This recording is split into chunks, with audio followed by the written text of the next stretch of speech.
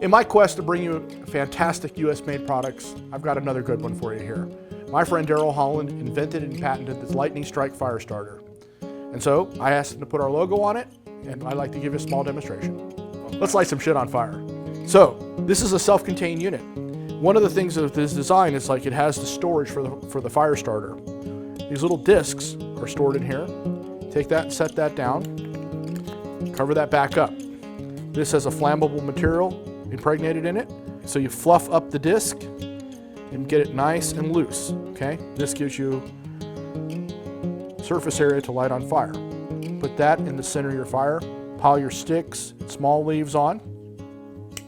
Then you withdraw the striker, insert it into the slot here, and with this barrel shape like this, it concentrates the flame and helps prevent the wind from blowing the spark away. And it's as easy as this. Whoa, get out the marshmallows. Here in Montana, it gets awful cold in the wintertime, so I always keep one in my pickup truck.